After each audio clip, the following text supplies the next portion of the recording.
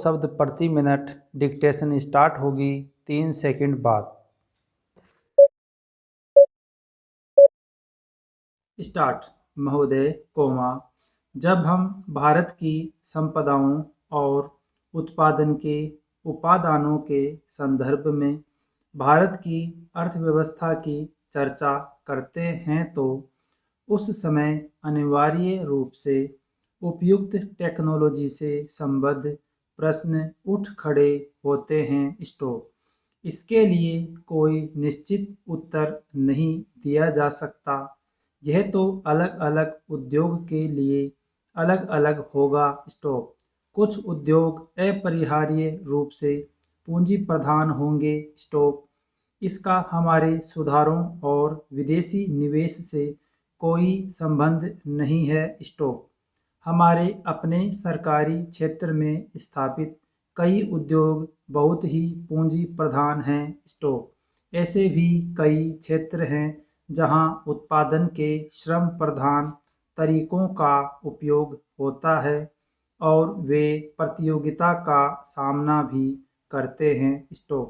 सारी दुनिया में हम आज यह देख रहे हैं कि एक जगह वेतन अधिक होने के कारण तथा दूसरी जगह सस्ते विकल्प होने के कारण उद्योग अपने स्थान बदलते रहते हैं। यह बात एक दूसरे से कतई भिन्न क्षेत्रों पर भी लागू होती है, जैसे वस्त्र उद्योग, चमड़े का सामान, इलेक्ट्रॉनिक्स और कई अन्य उद्योग। अन्य स्थानों से आकर भारत में जो निवेश किए जा रहे हैं, वे ठीक इन्हीं कारणों से किए जाते हैं और ये उद्योग बड़ी मात्रा में रोजगार प्रदान करेंगे।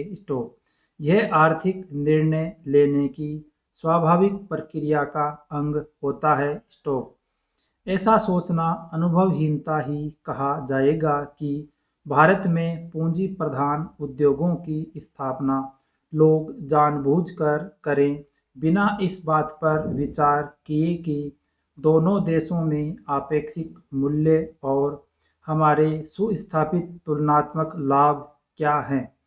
उसी के साथ जहां पूंजी प्रधान टेक्नोलॉजियां, और उच्चतर उत्पादकता तथा वेतन साथ साथ चलते हैं, उनका हमें स्वागत करना चाहिए। उन्हें टालना नहीं चाहिए। अंतिम निर्णय तो बाजार की शक्तियों पर निर्भर करेगा। मुझे ऐसा कभी नहीं लगता कि हमारे उद्यमी निर्णय करने में किसी से कम कुशल हैं। तथापि यहाँ पर यह जोर देना अप्रासंगिक नहीं होगा कि टेक्नोलॉजी का चुनाव अत्यंत सावधानीपूर्वक किया जाना चाहिए। इस संदर्भ में विदेशी टेक्नोलॉजी का आयात करने वालों को देश में उपलब्ध टेक्नोलॉजियों की भी सावधानीपूर्वक जांच करनी चाहिए। सामान्य रूप से टेक्नोलॉजी का विलयन और अंगीकरण उतना महत्वपूर्ण नहीं होता जितना टेक्नोलॉजी को तैयार करने की क्षमता पैदा करना। हमारे पास क्षमताएं हैं और इस क्षेत्र में हमें अपनी संपदाओं का इष्टतम उपयोग करना चाहिए। वास्तव में तो अपने ही देश में विकास और अनुसंधान करने का स्थान और कुछ नहीं ले सकता।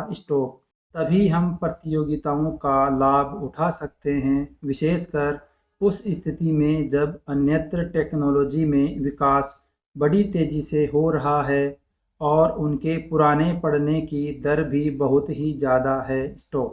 यह बात पूरी तरह स्वीकार की जाती है कि नियंत्रणों और परमिटों की प्रणाली से ईमानदारी का खात्मा हो जाता है। उदारीकरण प्रक्रिया का तात्पर्य इन नियंत्रणों को समाप्त करना है। मुझे यह देखकर सचमुच बहुत खेद होता है कि इस संक्रमण काल में, जब हम लाइसेंस राज से उदारीकरण की प्रणाली की ओर बढ़ रहे हैं, संरचनात्मक समायोजन हो रहा है। महोदय, कोमा पिछले कुछ वर्षों से पर्यावरण की सुरक्षा के बारे में एक उत्साहजनक जागरूकता देखने को मिल रही है। स्टॉप।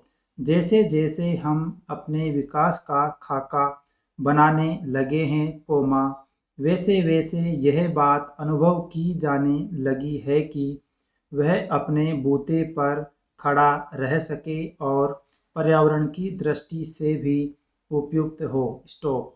अपने देश की जनता के प्रति हमारा यह दायित्व है कि हम अपनी प्राकृतिक संपदा की रक्षा करें। स्टॉप। अपने प्रयासों द्वारा और यदि आवश्यक हो तो विदेशी टेक्नोलॉजियों का उपयोग करके हमें पर्यावरण के विनाश की समस्याओं को हल करने की चेष्टा करनी चाहिए। स्टॉप। असल में तो मैं यहाँ बताना चाहूँगा कि भारत इस दिशा में पीछे नहीं है, क्योंकि उन्होंने अब तक जिन टेक्नोलॉजियों का प्रयोग किया है वे विनाशकारी रही और उन्हें तुरंत छोड़ देने की आवश्यकता है। स्टॉप। वे भी नई टेक्नोलॉजियों की खोज कर रहे हैं। स्टॉप। इसलिए हम उनसे बहुत पीछे नहीं हैं। स्टॉप। कमोबेश हम उनके साथ साथ ही हैं। स्टॉप।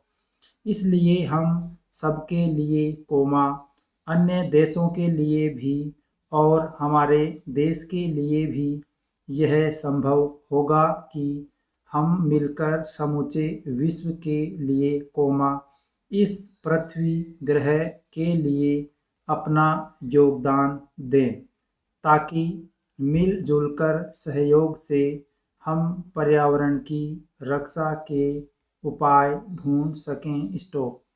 ब्राज़ील में 2 वर्ष पहले हुए विश्व पर्यावरण शिखर सम्मेलन में जिस कार्यसूची 21 को हमने स्वीकार किया था, कोमा वह इस बात का अच्छा उदाहरण है। कोमा और मुझे विश्वास है कि इस कार्यसूची के अनुसार, कोमा काम किया जा रहा है। कोमा यद्यपि कोई भी काम बिना कठिनाइयों से भरा नहीं होता, विशेषकर जब इसे जटिल विश्व में एक जटिल स्थिति में लागू करना पड़े। स्टॉप।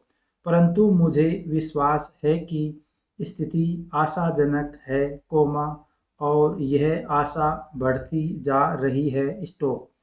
और जहाँ तक विश्व के पर्यावरण के भविष्य का सवाल है, कोमा वह पहले जैसा अंधकारमय नहीं है। स्टॉप। पैरा ऐसी टेक्नोलॉजियों को अपनाना संभव होना चाहिए जिनसे पर्यावरण के बेहतर स्तर कायम हो सके, कोमा प्राकृतिक संसाधनों को संरक्षण मिल सके और व्यर्थ पड़ी चीज़ों की बेहतर व्यवस्था हो सके। स्टॉप।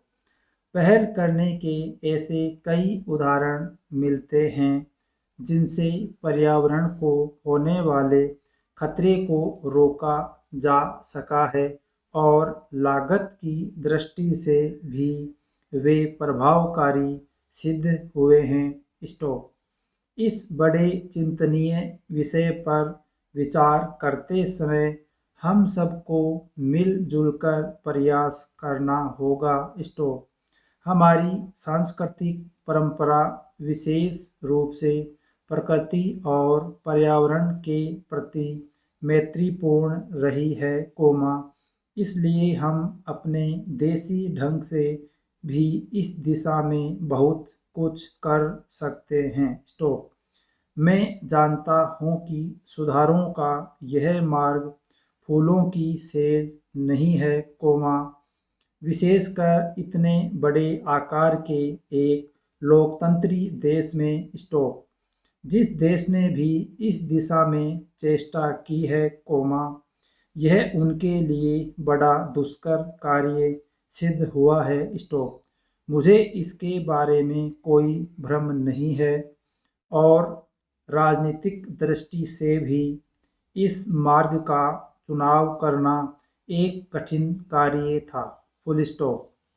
अगर यह डिक्टेशन आपके लिए उपयोगी है तो प्लीज़ इसे लाइक कीजिए और इसी प्रकार की अन्य